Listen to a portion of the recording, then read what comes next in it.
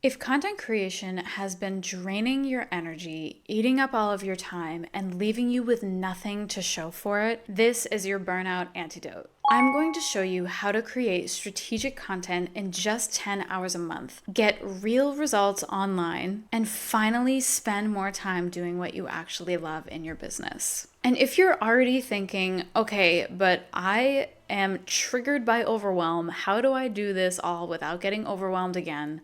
I have built something just for you. It's a brand new group consulting space where you'll not only learn how to streamline your content, but we'll actually do it together. I'll tell you much more at the end of this video, but if you are a small business owner craving less burnout and more clarity, you're gonna wanna stick around to the end. When I first started my business called Brilliant Pit, it was a product-based wellness business where I was developing rosemary hair oil and coffee eyebrow tint.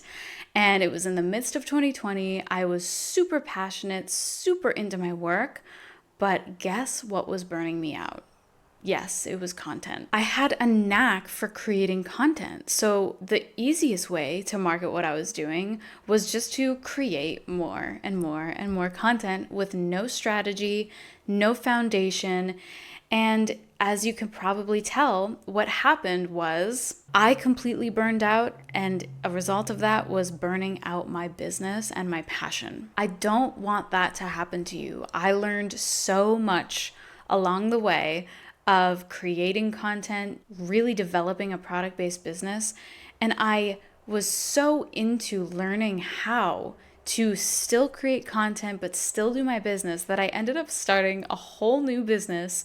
And that result is what you're watching today. If you love what you do not, and I repeat, do not let content creation become a burden and take up all of your time. My goal is to get you to 10 hours per month.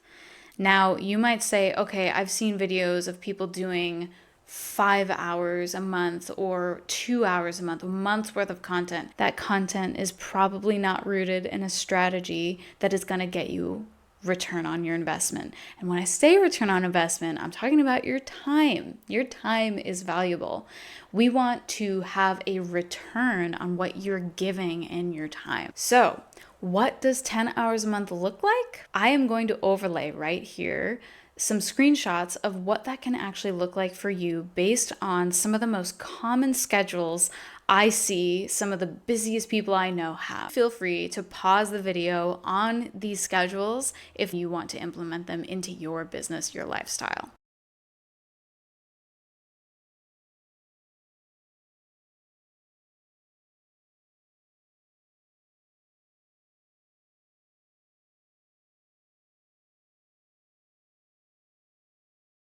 Now, when it comes to optimizing your time, we have to get real about your non-negotiables. You might look at your schedule and say, oh, this is a non-negotiable. This is a non-negotiable. I have to do these things.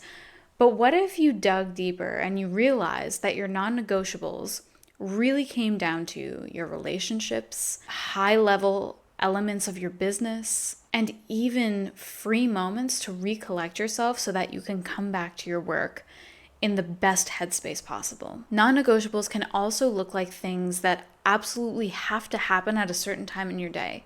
For instance, if you know you have to pick up your kid from school at 3 to 4 p.m., that is a non-negotiable. If you know that you have a meeting at 10 a.m. on Mondays and 10:30 on Fridays and 2 p.m. on Wednesdays, those are your non-negotiable. Now, what I want you to do is time block all of these things on a calendar. My favorite is Google Calendar because you have full editing access. You can make your time blocks as big or as small as you want. And it is one of the most smartest ways to schedule out your time and your ideal schedule because why? It is changeable. It can adapt. It can adapt to what you have going on.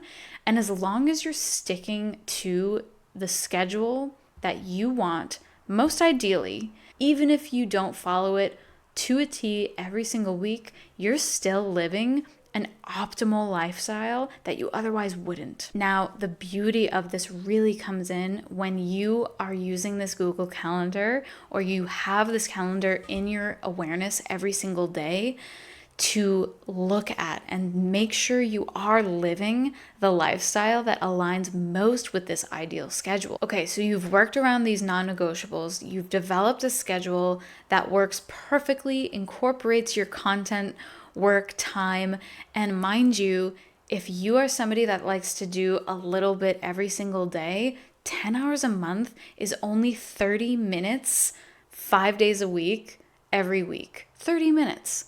That is shorter than most people's lunch break. And if you are serious about getting income, growing your email list, having a whole online community through your content, this is so worth your while. Okay, so you might be wondering, well, Liz, I actually don't have that time. What do I do if I don't have the time to do content? This could maybe be, in one of the most extreme examples, you have less than an hour a week to do anything that has to do with extracurricular content, anything like that. If this is you, my friend, you may very well be at the point where you are ready to delegate to somebody. And if that term scares you, I want to challenge you to not let it scare you so much, because think about it like this.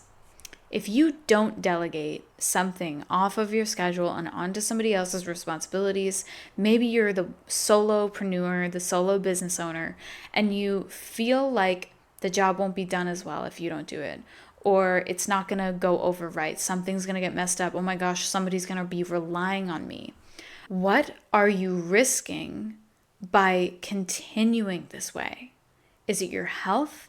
Is it your well-being? Are you risking even your time? You don't really have much time at all for anything else. So how can this be good? How can we continue on this way without reconsidering how this could look for you? Are you willing to set anything aside right now instead of maybe delegating something? Is there anything that can take the back burner for just a moment while you get your content strategy, content offer set up? You might find that the way that this can possibly be set up for you actually gives you more time, because you don't have to worry so much about your time being attached to your income. When you optimize your content and you build a content strategy that is aligned with giving you income or growing your community or growing your business, your time then becomes detached from your income because it is growing on its own. Your content is out there in the world and it's allowing you to make a living without you being attached to it. So if that sounds like it's worth it, really consider what you can delegate, what you can set aside. Also consider what certain tasks can actually be automated now.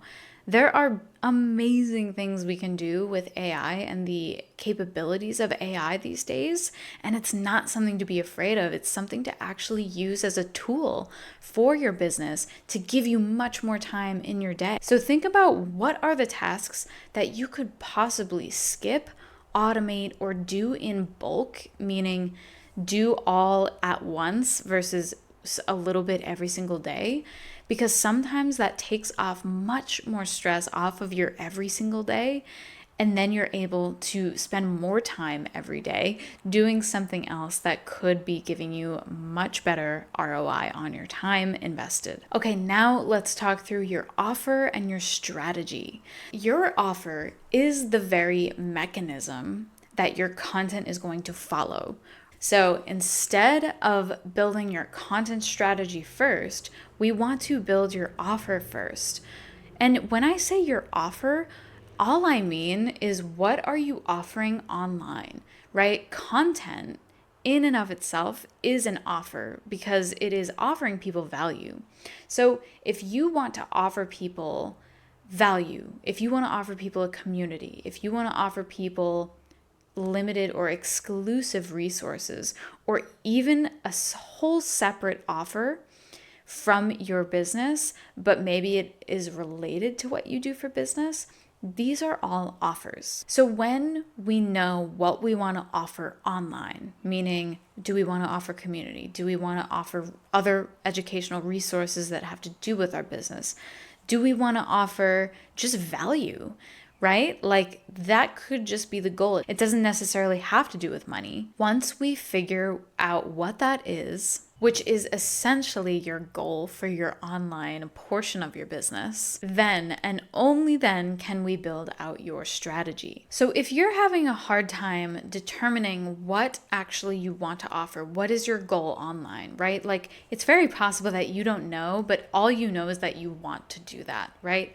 I have a really good journal prompt for you that I will put up on the screen now and we'll just read to you so that you can maybe think on it, journal on it, and get much clearer on what you might want to offer. Okay, so the prompt is, if your business was running smooth, you had everything figured out, and life felt honestly the most ideal it has ever felt, what are the first few things that come to mind when you think about how grateful you are for this reality, right?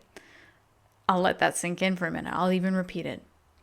What are the first few things that come to mind when you think about how grateful you are for this reality? What aspect of business feels the most freeing now that it's ideal? So based on this answer, the next question that you should ask yourself is, how can you get closer to this reality through your content? This is basically going to help you skip completely over the fluff of what you think you might want to offer and actually get to the end goal of your online business or the online portion of your business. And the reason we do it this way is because your ideal life actually is ideal for a reason, and it exists in you for a reason. It's because you're meant to get there. It's because you're meant to have that reality. And so when we think about your online offer, what you might want to offer, think about the end game. What does the end game look like? And how can your content now build you closer and closer to that end game reality? Okay, so once we figure out what you want to offer, we now want to understand how we are measuring us reaching this goal, right? So how is ROI, this term ROI, return on investment, how is that measured? How are we going to determine if we actually are getting a return on our time invested into creating content? Well, the answer to this is we want to come up with a SMART goal. I'm sure you've heard of this. A SMART goal is just an acronym for specific, measurable, achievable, relevant to desire, and time-based. You want to make sure that your goal for whatever your online offer is, and say maybe your goal is to grow your email list, right?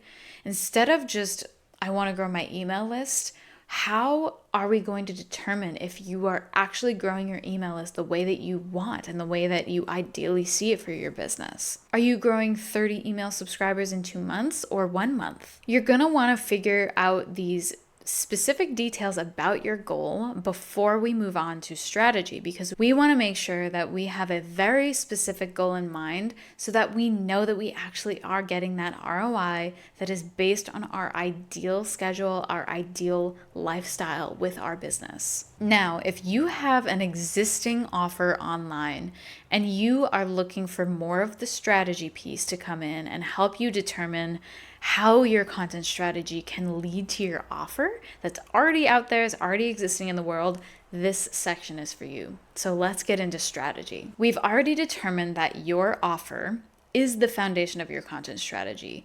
And when I say offer, it also means your goal for your online space, your online aspect of your business. We cannot, and I will say this till I'm blue in the face, we cannot build a business that gives you real ROI if we are not leading people to your goal of what you want to achieve in your business. We cannot ever say that we can achieve this ROI. The reason why is because when you don't have an end game for your content, you are not leading them anywhere. If you don't know where you're leading them, then content ends up being a waste of time. And that is the cycle that I got caught in when I was just creating endless content, endless value, endless insight for Brilliant Pit when I was starting that wellness business. There was no foundation, there was no end game offer. I was only talking about the products and saying, here are the benefits of the ingredients within the products, I wasn't actually saying, and I didn't have the actual goal in mind, that I wanted to get more sales. It was more just I wanted the business to expand and like people to know about me, but I wasn't actually leading them to buy the product, or I wasn't leading them to anything clearly. And that is the key. So to lay out the basics, we have 3 stages that it takes a person to engage with your business, right? You probably all heard it before. It's kind of the cold audience versus the hot audience. And to get from cold to hot, there has to be a middle ground. There has to be a warm stage, right?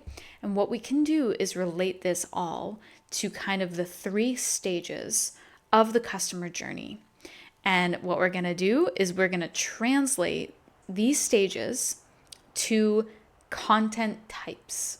And the reason we do that is because content types all have a mechanism. If it's an educational piece of content, it's all about awareness. If it's an authority piece of content, it's building trust. And wow, this person has experience. I need to trust them, and I need to remember them, and I need to remember what they said, right? And if we have inspirational content, we're really speaking to that person who is ready to take that on, ready to live in that inspiration that they're getting inspired by, right? It's the closest thing to having the product, the service, the anything that the business is talking about. So this is how we're going to relate it. Educational content is for the awareness stage, the cold audience. Authority content is for the warm audience and for people who are in the consideration stage. And lastly, inspirational content is for hot stage, right? It's for the people who are the closest to you and are basically at the conversion stage of the buyer's journey. With all of this in mind, the next thing we want to do, without getting too confused about all the directions we could take with these stages, these pillars, however you kind of see that, I'm sure you're already thinking, okay, Liz, I'm sure you're gonna say we just come up with ideas for each stage. Now, that's not necessarily the case. Actually, the next thing that you should do with your strategy in considering these 3 stages is put that off to the side and start thinking thoroughly about the problems and the solutions that your business provides the solution for. So the reason we do this is because we are not going to pigeonhole the standalone ideas of content into each pillar. The problems and the solutions do not really translate to one pillar or one genre or one stage, right? When you think about the problem and the solution of the business I was running, right? The problem was that people needed something that was seasonal based, skincare, beauty, and wellness, and something that aligned people and their skincare routine, their beauty, their self-care to the season at hand, because I was trying to create products that was in alignment with the seasons. So the problem is that they feel out of alignment. They don't know what certain herbs do for your body. They don't know what the body needs to balance in certain moments. And what my product did was it solved that through many different ways. Now, we can't justify a problem and a solution to one stage, one genre, or anything. The problems and the solutions are all a part of your business. It's a part of your structure. It's a part of what you do. So what we're going to do instead is consider the main solution or the main problems that your business has the solution for and translate them line by line to these stages. Let's use me as an example. The problem is people are spending too much time on content creation. The solution I provide has to do with resources, education, and the solution is really just helping people create content faster and get actual results from their content so that they're not just spinning in a loop. There are little sub-problems to that, and there are sub-solutions to that. And so to give you one example is time. Okay, so let's just use the time example within this problem and solution. So not enough time is the problem. The solution is time management, optimal time. And so I could make one piece of content that leads to the solution in the inspirational consideration stage at the end, and I could inch them forward by saying, okay, awareness. What's the awareness around the problem? You don't have time. Why time management matters, right? That's like the educational awareness stage. Then we move on to warm. Okay, maybe there's some things that I can bring in my authority through experience, through proof, through systems that I've used that actually do result in more time for content specifically, or giving you more time in your day and optimizing your time, right? There's like different ways I can go about it. So there's maybe 2 to 3 pieces of content within that. And then lastly, we say this solution that I hold, my method, is what allows you to optimize your time completely, streamline everything, and it will all get done in, as I said in this video, 10 hours a month, right? So as you can see, you can build out the stages and based on these pillars, but it doesn't have to be all incorporating one specific element of your business within each pillar. It doesn't really make sense that way. You want to lead people through these stages in a linear way to the solution. So we want to think about the educational awareness as the first part, maybe the problem awareness, right? It's all about awareness. So people are becoming aware of their problems still at the awareness stage. They don't know that they need all these technical things that you're about to prove to them. But once they get beyond and once they're called to engage in your other content, they're soon going to realize that there's a solution at the end of this. And that is how you build your strategy. There is so much more that I could cover in strategy, but to keep this video a little bit more of a roundup of everything involved in mastering fast content creation, I want to get on to the creation piece and the automation pieces now. So before we create anything, we have to do everything we just did. Time manage, make sure you have this time, make sure your time is optimized, build your offer, actually understand what your goal is with your online business and what you're actually going to be leading people to. Doesn't have to be a physical product or a digital product. It could literally be your offer is just growing your email list. That is an offer, right? Once we build out your strategy based on the foundation of your offer, now we need to decide where we want to be. And this actually has much more to do with the kind of content that you enjoy creating over anything, right? We can't just say, oh, I like Instagram, but at the end of the day, you really dislike creating carousels and graphics and writing captions and everything that has to do with Instagram. The major types of content are written, visual, audible, multimedia, and interactive. So when we're thinking about multimedia, it's just combining some of the basics. It's like writing and audio or writing and video and audio, right? You could have a podcast that's just audio, but it also is available in written form. That's just an example of that. Interactive would be more about polls and surveys and things where you are engaging with your audience through content pieces, right? They don't really fall within one category, but mostly written and planned out strategic written content. The thing here to remember is all content formats are basically going to take the same amount of time. And I know that some people might be like, oh, I'm going to do audio because it's the quickest. All I have to do is talk into a microphone and not edit anything. And I don't have to look at myself. I don't have to videotape. There's a low barrier to entry. They're all going to basically take the same amount of time with possibly a couple exceptions with audio. So the last part I want to talk about here is automating your process. And a lot of automation actually has to do with just optimizing your process, right? These are things that you can incorporate into your process as you create. For instance, you're going to want to bookmark all of the web pages that are needed in order for you to create, publish content, right?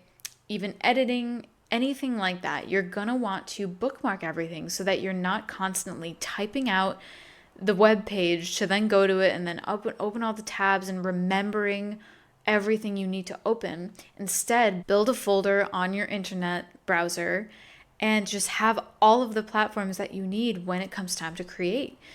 You would be so surprised how much time this gives back to you.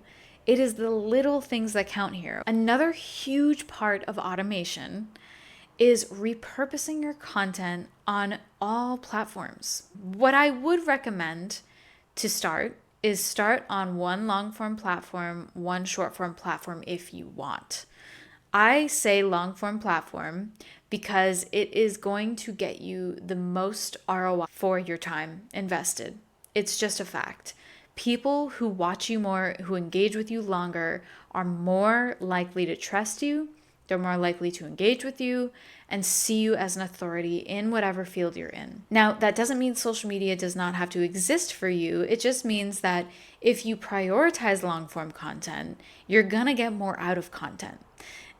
If you decide to just do social media, I'm not the one that focuses on ROI through social media, but I do see that they do work in very similar ways as somebody who's been a social media manager and community manager for 5 years now. It all works the same way, but what I do know for a fact is that YouTube, blog, anything that supports long form content is going to be your best bet for starting a whole new kind of stream of income or new goal oriented with your online portion of your business. So you build out these pieces of content every month. Maybe it's 4, maybe it's 5, and they all follow this education, awareness, consideration, warm, and inspiration conversion stage that we covered in the strategy section. Now, your long form piece, no matter what you decide, should always drive your short form content if you do decide to have short form content. Your long form piece always should drive your short form piece, okay? This is a huge part of automation, and it is what is going to get you to create content in under 10 or just about 10 hours every month. I can't promise that you can get all of your content done in less than 10 hours or 10 hours if you decide to do totally different content on social media than you do in your long form stuff. At the very least, your long form content should at least direct your short form content for that given week. It is going to make everything so much easier, and it is going to allow you to have a strategy that is sustainable, okay? Your long form pieces are going to be your most passion driven, most invested time in, right? I'm sitting here in my space talking to you about my business solution, right? The solution that I provide people. It is the time where I give the most effort, and this is all I do for one full week of content. I can, if I have the extra time, build out social media content based on this, but at least I have this as my foundation. And what makes it a lot easier is repurposing this video into shorter snippets, right? I could take video of me, I could take little snippets of me from this video, and that's a short form piece of content. I could build out a carousel based on one of the key points that I made in this video that had maybe some detail under it. And maybe it's worth putting it into a graphic or a carousel that people can scroll through. These are just ideas of how to repurpose your content across platforms and across long form, short form platforms. A huge part of automation is understanding numbers. Once we decide on a platform in the creation phase, we want to understand how that platform works, because if we don't understand how that platform works, we are never going to optimize, and this whole effort to put out content is going to become unsustainable. Why? Because when you don't see the results that you want to see with your content, you are going to become unmotivated, and you're not going to understand what your content is actually doing for your business, and you're going to start prioritizing other things over your content. Over here at Essence, we want your content to actually hold water in your business. We want it to hold ground. We want it to move the needle, right? What is the point of doing content that doesn't do anything for your business? No matter what your goal is, it is super important to understand numbers per platform and understand what good numbers look like, what maybe poor numbers look like that could use improvement. Automation really comes in at the publish phase, which if you've been on this channel before, you know that I separate my creation time. My content method is all about planning, creating, editing, and publishing. And I separate those 4 stages out over 4 weeks. And that is exactly how I get all of my content done in under 10 hours a month. At this point, I put out 5 videos a month.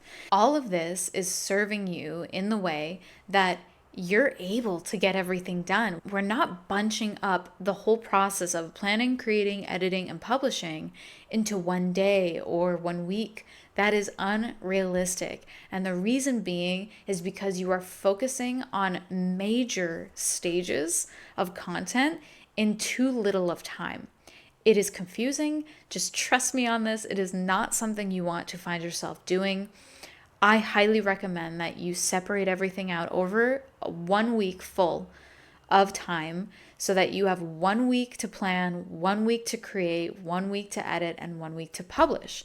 And so this automation phase really comes in the publish week when we are scheduling out content. We're using AI to create the copy, the meta tags, the meta descriptions for all of your big pieces of content that you're going to put out in the month ahead. This stage is also about title curation and thumbnail graphic design, turning your written blog into a video or turning your video blog into written form. This is the stage where it all happens. Now, if you want to implement this system, it's all sounding good to you. It's sounding like, wow, I could actually achieve my ideal schedule, my ideal life as a small business owner and not feel burnt out by content all the time. You want the accountability, you want the support, you want to work one-on-one with me. I'd love to invite you to my group consulting experience for content marketing. I am going to walk you through all of the stages of what it takes to streamline content off of your plate and actually get ROI from your content. This does not mean that you have to want to develop a whole new income stream with your content. Not at all. Your ROI, your return on investment, could literally mean gaining X amount of email subscribers every month. It could mean growing your community to X amount of people in your program. We are going to focus on results. Whatever your goal is for your business, that is the ROI I'm talking about. I'm going to be opening up the doors for the group consulting at the end of June. So please stay tuned for the opening. Get on my email list. I'm going to be talking about it over there. But if you sign up for the waitlist below, you will automatically be on my email list and you will be able to learn more about this consulting experience, what is involved, and how you can sign up when it goes live. So if you want to be a part of this group consulting experience, the link for that is below. I hope this video was super helpful for you all. I hope that it provided a lot of clarity on time management, all the way to strategy, creation, automation. I really hope it helped you out. So if it did, please give me a like and consider subscribing for more videos on content marketing. Thank you again for watching, and I will see you in the next one. Bye.